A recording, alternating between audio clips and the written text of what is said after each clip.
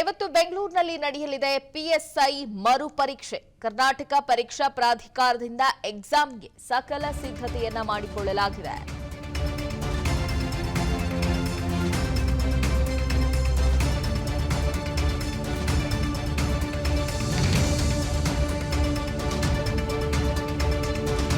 ಬೆಂಗಳೂರಿನ 117 ಕೇಂದ್ರಗಳಲ್ಲಿ ಎಕ್ಸಾಮ್ ನಡೆಸುವುದಕ್ಕೆ ತಯಾರಿಯನ್ನ ಮಾಡಿಕೊಳ್ಳಲಾಗಿದೆ. ಇವತ್ತು 54,000 ಅಭ್ಯರ್ಥಿಗಳು ಪರೀಕ್ಷೆಯನ್ನ ಬರೆಯಲಿದ್ದಾರೆ. ಲಿಖಿತ ಪರೀಕ್ಷೆಯಲ್ಲಿ ಪರೀಕ್ಷಾರ್ಥಿಗಳು ಭಾಗಿಯಾಗ್ತಾರೆ. ಪ್ರತಿ ಪರೀಕ್ಷಾ ಕೇಂದ್ರದಲ್ಲೂ ಕೂಡ ಭದ್ರತೆಗೆ ಪೊಲೀಸರನ್ನ ನಿಯೋಜನೆ ಮಾಡಲಾಗಿದೆ. 2 ಮಹಿಳಾ ಸಿಬ್ಬಂದಿ ಸೇರಿ ಒಟ್ಟು 6 ಮಂದಿಯನ್ನ ನಿಯೋಜನೆ ಮಾಡಲಾಗಿದೆ. ಪರೀಕ್ಷಾ ಕರ್ತವ್ಯಕ್ಕೆ ಒಟ್ಟು 40 ಬೆಟಾಲಿಯನ್ ಪೊಲೀಸರನ್ನ ಕೂಡ ನೇಮಕ ಮಾಡಲಾಗಿದೆ. ಪರೀಕ್ಷಾ ಅಕ್ರಮಕ್ಕೆ ಆಸ್ಪದ ಕೊಡಬಾರದು ಅಂತ ಪೊಲೀಸ್ ಭದ್ರತೆ ಕೂಡ ಇರುತ್ತೆ. ಪರೀಕ್ಷಾ ಕೇಂದ್ರದ ಸುತ್ತಮುತ್ತಲಿನ ಜೆರಾಕ್ಸ್ ಅಂಗಡಿಯನ್ನ ಕೂಡ ಕ್ಲೋಸ್ ಮಾಡಲಾಗಿದೆ. ಪಿಎಸ್ಐ ಮರು ಪರೀಕ್ಷೆಗೆ ಟಫ್ ರೂಲ್ಸ್ ಅನ್ನು ಕೂಡ ಅಲ್ಲಿ ಜಾರಿ ಮಾಡಲಾಗಿರುವಂತದ್ದು. ಪುರುಷರು ಪೂರ್ಣ ತೋಳಿನ ಅಂಗಿಯನ್ನ ಧರಿಸೋ ಹಾಗಿಲ್ಲ. ಕಾಲರ್ ರಹಿತ ಶರ್ಟ್ ಹಾಗೆ ಜೇಬು ಕಮ್ಮಿ ಇರುವಂತ ಪ್ಯಾಂಟ್ ಅನ್ನ ಧರಿಸಬೇಕಾಗುತ್ತೆ. ಕುರ್ತಾ ಪೈಜಾಮಾ ಜೀನ್ಸ್ ಪ್ಯಾಂಟ್ಗಳಿಗೆ ಅನುಮತಿ ಇರೋದಿಲ್ಲ. ಇನ್ನು ಪರೀಕ್ಷಾ ಹಾಲ್ಗೆ ಶೂಗಳನ್ನ ಕಟ್ಟುನಿಟ್ಟಾಗಿ ನಿಷೇಧವನ್ನ ಮಾಡಲಾಗಿದೆ. ಈ ರೀತಿ ಟಫ್ ರೂಲ್ಸ್ ನಲ್ಲೇ ಈ ಬಾರಿಯ ಪಿಎಸ್ಐ ಮರು ಪರೀಕ್ಷೆ ನಡೆಯಲಿದೆ.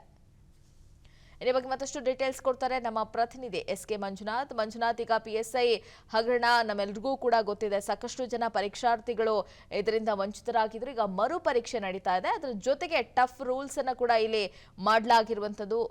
ಯಾವ ರೀತಿ ಮುಂಜಾಗ್ರತಾ ಕ್ರಮವನ್ನ ವಹಿಸಲಾಗಿದೆ? 2021ರಲ್ಲಿ ನಡೆದಂತ 545 ಪೋಸ್ಟ್ ಪಿಎಸ್ಐ ಹುದ್ದೆಗೆ ಸಂಬಂಧಪಟ್ಟಂತೆ ಒಂದು ಪರೀಕ್ಷೆ ನಡೆಸಲಾಗಿತ್ತು. ಅದು ಕಲಬುರಗಿ, ಬೆಂಗಳೂರು ಸೇರಿದಂತೆ ರಾಜ್ಯದ ವಿವಿಧ ಜಿಲ್ಲೆಗಳಲ್ಲಿ ನಡೆದಿದ್ದಂತ ಪರೀಕ್ಷೆ. ಆ ಸಂದರ್ಭದಲ್ಲಿ ಅಕ್ರಮ ಕಂಡು ಬಂದಿತ್ತು. ಸಾಕಷ್ಟು ಅಭ್ಯರ್ಥಿಗಳು ಕೆಲವೊಂದು ಬ್ಲೂಟೂತ್ ಅನ್ನ ಬಳಸಿರೋದಿರ್ಬೋದು ಅಥವಾ ಕಾಪಿಯನ್ನ ಬರೆದಿರ್ತಕ್ಕಂಥದ್ದಿರ್ಬೋದು, ಜೊತೆಗೆ ಬೇರೆ ಬೇರೆ ಉಪಕರಣಗಳನ್ನ ಬಳಸಿ ಲಿಖಿತ ಪರೀಕ್ಷೆಯಲ್ಲಿ ಅಕ್ರಮವನ್ನ ಎಸಗಿದ್ರು. ಆ ಸಂಬಂಧಪಟ್ಟಂತೆ ನಿಜವಾಗ್ಲೂ ಓದಿ ಬರೆದು ಸೆಲೆಕ್ಟ್ ಆಗಿದ್ದಂತ ಅಭ್ಯರ್ಥಿಗಳು ಅವತ್ತು ಗೃಹ ಸಚಿವರಿಗೆ ಗಮನಕ್ಕೆ ತಂದು ಅದನ್ನ ಆ ಹಗರಣದಲ್ಲಿ ಭಾಗಿಯಾಗಿದ್ದಂತ ಅಭ್ಯರ್ಥಿಗಳಿರ್ಬೋದು, ಅಧಿಕಾರಿಗಳಿರ್ಬೋದು, ಜೊತೆಗೆ ಎಡಿಜಿಪಿ ಒಬ್ಬರು ಬಂಧನಕ್ಕೊಳಗಾಗಿದ್ರು. ಇಡೀ ರಾಜ್ಯವೇ ಒಂದು ರೀತಿಯಾಗಿ ಸಂಚಲನ ಮೂಡಿಸಿದಂತ ಹಗರಣ ಆಗಿತ್ತು. ಆ ಹಿನ್ನೆಲೆಯಲ್ಲಿ ಹೈಕೋರ್ಟ್ ಮೆಟ್ಲೇರಿದಂತ ಅಭ್ಯರ್ಥಿಗಳು ಮರುಪರೀಕ್ಷೆ, ಸರ್ಕಾರ ಈ ಹಗರಣ ಯಾವಾಗ ಬೆಳಕಿಗೆ ಬಂತು ಅದನ್ನ ಮರುಪರೀಕ್ಷೆ ನಡೆಸಬೇಕು ಅಂತಕ್ಕಂಥ ಒಂದು ನಿರ್ಧಾರಕ್ಕೆ ಬಂದಿತ್ತು. ಅದನ್ನ ಪ್ರಶ್ನೆ ಮಾಡಿ ಅಭ್ಯರ್ಥಿಗಳು ಹೈಕೋರ್ಟ್ಗೆ ಸಹ ಹೋಗಿದ್ರು.